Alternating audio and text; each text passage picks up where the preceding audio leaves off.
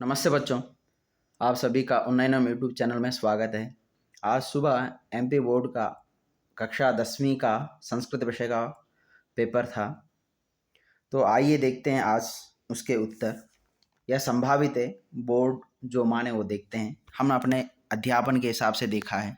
तो सर्वप्रथम प्रश्न है, नद्या इत्यस्य पदे वचनम अस्ति। तो इसका उत्तर है एक वचन। रमा इत्यस्य पदे का विभक्ति? प्रथमा विभक्ति। अहम श्वः ग्रामं गमिष्यामि, इस वाक्य में अव्यय पद है श्वः। अब दूसरा इसी का चौथा है, सदाचारः एव प्रथम परमो धर्मः। इसमें अव्यय पद है एव। रामस्य इत्यस्य पदे वचनम। रामस्य इसमें वचन है एक वचन, क्योंकि षष्ठी विभक्ति का एक वचन है। लतायाम इत्यस्मिन् पदे का विभक्ति? यहाँ पर सप्तमी विभक्ति है, सप्तमी का एक वचन है। अब दूसरा प्रश्न है, शुद्ध वाक्यानां समक्षम आम, अशुद्ध वाक्यानां समक्षम ना इति लिखितम्। सही वाक्य के सामने आम लिखना है, गलत के सामने ना लिखना है।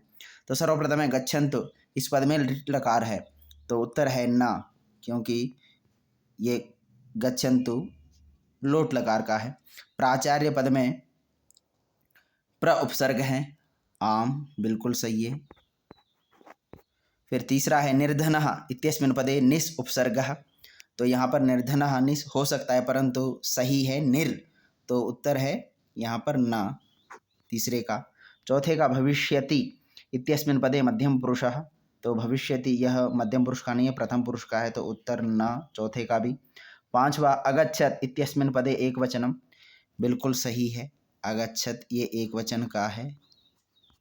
और अंतिम है पठति इत्यस्मिन् पदे लट लकारः। यह भी उत्तर सही है, आम, लट लकार का है। अब आगे प्रश्न संख्या 3। तो इसमें मिलान करना है। जगदीशः, इसमें है व्यंजन संधि। दूसरा है पीतांबरः, ये बहुव्रीहि समास है। विद्यालयः में दीर्घ स्वर संधि है। फिर आगे है चोरात भयम में, यहाँ पर पंचमी तत्पुरुष है। और मनोरथः, यह विसर्ग संधि है। और अंतिम रामकृष्णों में द्वंद्व समास। प्रश्न संख्या 4, वर्तमानः इत्यस्मिन् पदे कः प्रत्ययः? वर्तमान में कौन सा प्रत्यय है? तो शानच प्रत्यय है। सर्वदा सर्वकार्येषु का बलवती? बुद्धि। अत्र जीवितं कीदृशं जातं? तो उत्तर है दुर्वहं।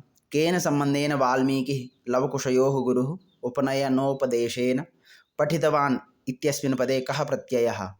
तो क्तवतु। गन्तुम् इत्यस्मिन् पदे कः प्रत्ययः? तुमुन् प्रत्यय है। अब प्रश्न संख्या 5 का प्रदत्तैः शब्दैः रिक्तस्थानानि पूरयत। तो दिए हुए शब्दों के उत्तर मंजूषा से देना है। सर्वप्रथम है शरीरम, इसका पर्याय पद है तनुः। शरीरम का तनु है पहला, तनु। दूसरा सुलभः, इसका विलोम पद है दुर्लभः। सार्थकम, इसका विलोम पद है निरर्थकम। चौथा मधुराभिः गीतानि, यहाँ पर मधुरानि गीतानि होना चाहिए। मधुरानि गीतानि इत्यस्मिन् पदयोः विशेष्यम। तो यहाँ पर विशेष्य पद है गीतानि, चौथा है। और पांचवा सुंदरः बालकः इत्यस्मिन् पदयोः विशेषण, इसमें विशेषण पद है सुंदरः। और अंतिम है आम्रम इत्यस्य पदस्य पर्यायः, तो उत्तर है रसालः।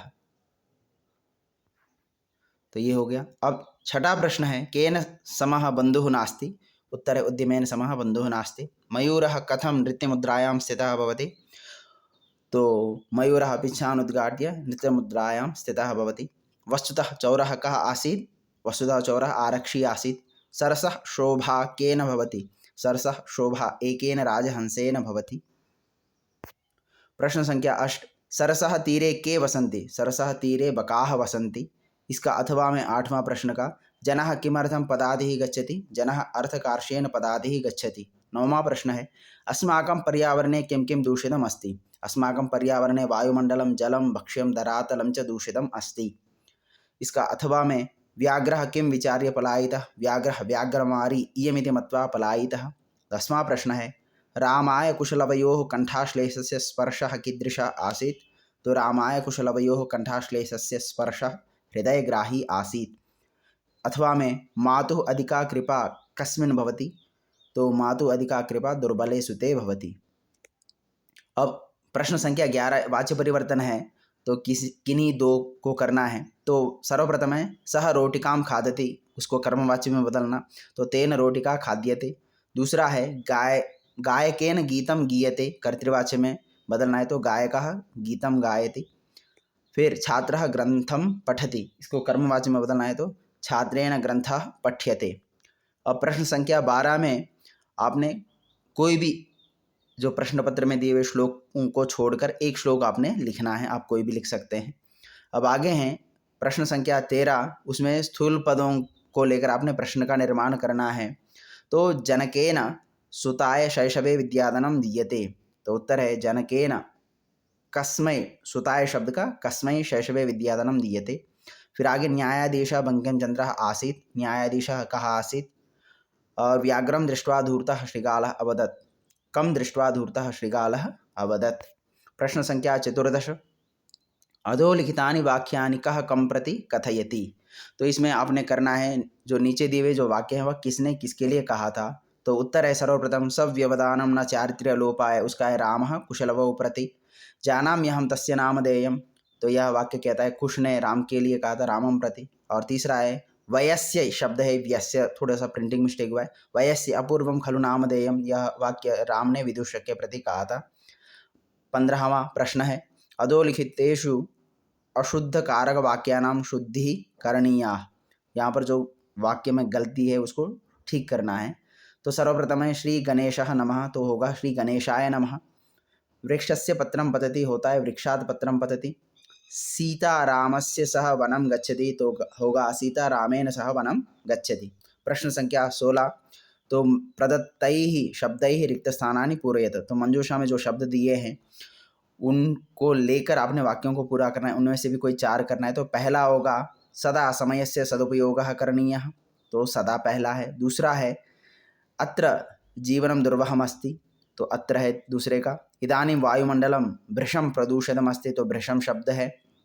सर्वेषामेव महत्त्वं विद्यते यथा समयम्। फिर 5 का उत्तर है अहिबुक मयूरः अहिबुक इति नाम्नापि ज्ञायते। और अंत में बकः अविचलः स्थितप्रज्ञः इव तिष्ठति, तो 6 का उत्तर है स्थितप्रज्ञः। अब 17वां प्रश्न है अधोलिखितानि वाक्यानि क्रमानुसारेण लिखत, तो जो वाक्य दिए हैं उनको जो कहानी आपने पढ़ी उसको क्रमशः लिखना था। उत्तर फटाफट देखते हैं। बुद्धिमती, सबसे पहला बुद्धिमती पुत्रद्वयेन उपेता पितृगृहं प्रति चलिता, मार्गे सा एकं व्याघ्रम् अपश्यत्, व्याघ्रं दृष्ट्वा सा पुत्रौ ताडयन्ती उवाच, अधुना एकमेव व्याघ्रः विभज्य भुज्यताम होना चाहिए, यहाँ पर भुज्यताम, सॉरी मुख्यताम, यहाँ पर प्रिंटिंग मिस्टेक है, भुज्यताम है। फिर व्याघ्रः व्याघ्रमारी इयमिति मत्वा पलायिता, ये उत्तर है। फिर प्रश्न संख्या 18, अब गद्यांश को पढ़कर आपने उत्तर देना है। तो सर्वप्रथम प्रश्न है कृषकः काभ्यां क्षेत्रकर्षणं कुर्वन् आसीत्, कृषकः बलिवर्दाभ्यां क्षेत्रकर्षणं कुर्वन् आसीत्, तयोः बलिवर्दयोः एकः कीदृशः आसीत्, तयोः बलिवर्दयोः एकः शरीरेण दुर्बलः जवेन गन्तुम् अशक्तश्च आसीत्।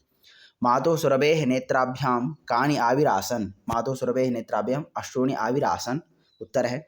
या अथवा में देखते हैं गृहाभ्यन्तरं कः प्रविष्टः, तो गृहाभ्यन्तरं चौरः प्रविष्टः। दैवगतिः कीदृशी अस्ति, दैवगतिः विचित्रा अस्ति। और ग्रामवासिनः किम् अकुर्वन्, ग्रामवासिनः स्वगृहात् निष्क्रम्य तत्रागच्छन् वराकमथितमेव च चौरं मत्वा अभर्त्सयन्।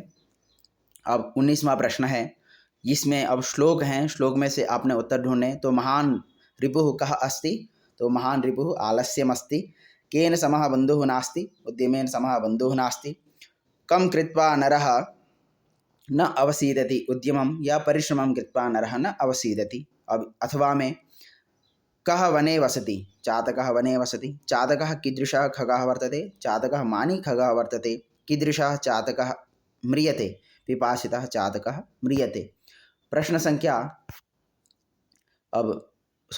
यहाँ पर एक 20वां प्रश्न है, तो उसमें नाट्यांश में से आपने प्रश्नों के उत्तर ढूंढने हैं। तो सर्वप्रथम है कः कथयति अहं वनराजः अस्मि, सिंहः कथयति अहं वनराजः अस्मि। सिंहः किं कुर्वम् अवदत्, फिर उत्तर है सिंह क्रोधेन गर्जन वो अहम वनराज किं भयं न जायते किमर्थं मामेव तुदन्ति सर्वे मिलित्वा इति अवदत्। आगे तीसरा है वानरः सिंहं किं कथयति। वानरः सिंहं कथयति त्वं तु वनराजा भवितुं तु सर्वथा योग्यः। राजा तु रक्षकः भवति परं भवान् तु भक्षकः। अपि च स्वरक्षायामपि समर्थः नासि तर्हि कथमस्मान् रक्षिष्यसि। अब अथवा में देखते हैं श्रृगालः कीदृशः आसीत्। श्रृगालः धूर्तः आसीत्। व्याघ्रः कया प्रहरन्ति दृष्टा। व्याघ्रः चपेटया प्रहरन्ति दृष्टा। व्याघ्रेण किं कुर्वन्ति सा दृष्टा। व्याघ्रेण आत्मपुत्रवेकैकशो मामत्तुं कलहायमानौ चपेटया प्रहरन्ति सा दृष्टा। अब 21वां प्रश्न है यह स्वप्राचार्यस्य कृते अवकाशार्थम एकं प्रार्थनापत्रं संस्कृतभाषायां लिखत।